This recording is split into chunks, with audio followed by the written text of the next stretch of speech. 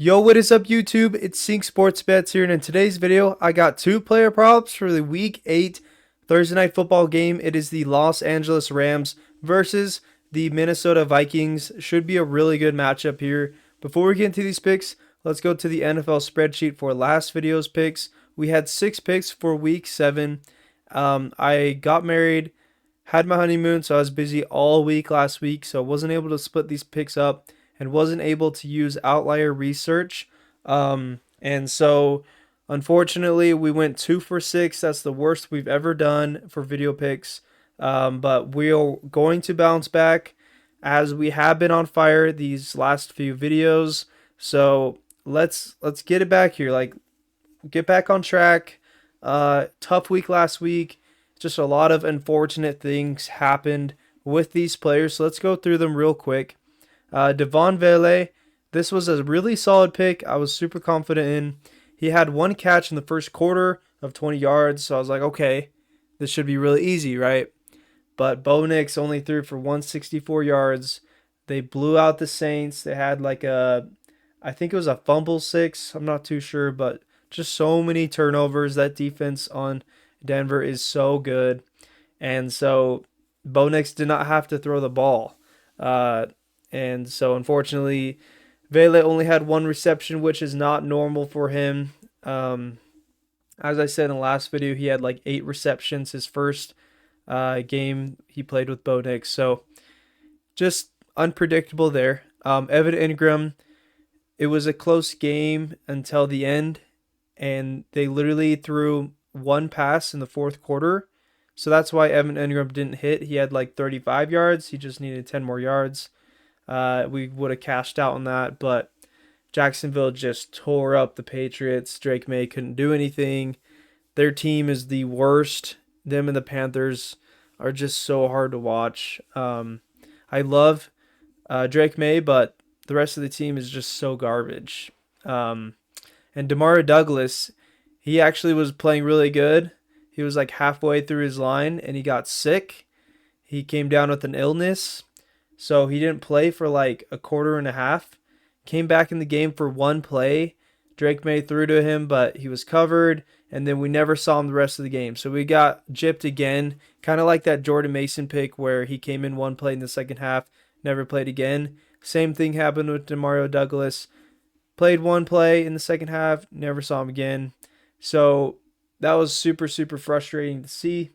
But Drake May, like I said, he went off.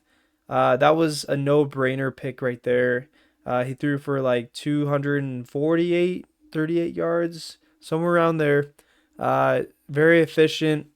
Threw for like 2+ touchdowns. And yeah, he played good for what he had. Let's be honest, their wide receiving corps are not great. I mean, if Demario Douglas is the number one, you're in some deep trouble. But yeah, Geno Smith, he played lights out, but they actually destroyed their opponent, won by like 20 plus, and he only needed to throw only 200 pass yards. So that was super unpredictable versus the Falcons. The Falcons should have had a close game. It was definitely high scoring like we predicted, but Geno Smith and Seahawks defense just covered all they could do. Tore up the Falcons. So that was not expected. Falcons were supposed to win this game at home. I'm pretty sure it was at home. But yeah, tough pick there. Kareem Hunt, like I said in the last video, he's a pick and play player. And he plugged in perfectly in the Chiefs offense and hit over 53.5 for the third straight week in a row. So easy pick there. But yeah, I think the most frustrating pick was Douglas, which should have hit easy, but he just got illness and whatnot. So yeah, unfortunate week there, but we're going to bounce back for sure. We got the outlier research for this video as well as Sunday. So let's get right into it. First pick of the day is Tutu Atwell. This guy is such a beast. His line actually went up 3 yards, 40.5 yards. Going to the last 5 games, he still covered this. And I'm not picking this because, yes, he's greening out. Like, that does help. but we're doing this through research and through his targets and whatnot, as he averages 66.4 last 5 games.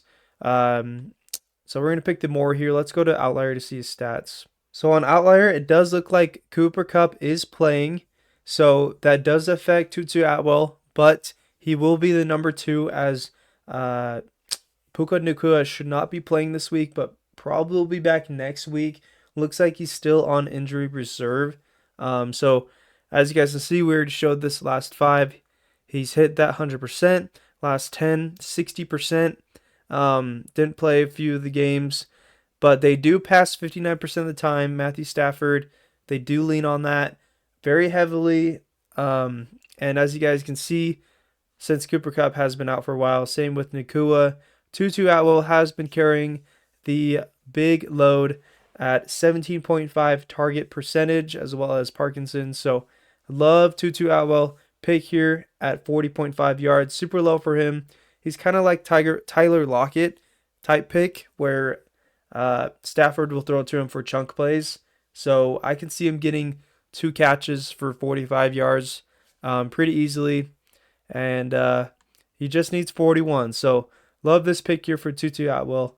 So our second pick of the day is going to be Sam Darnold. I was going to go under his pass attempts, but I think so many people have been taking his under that they took it off Prizepicks, which is super frustrating because that was my planned pick.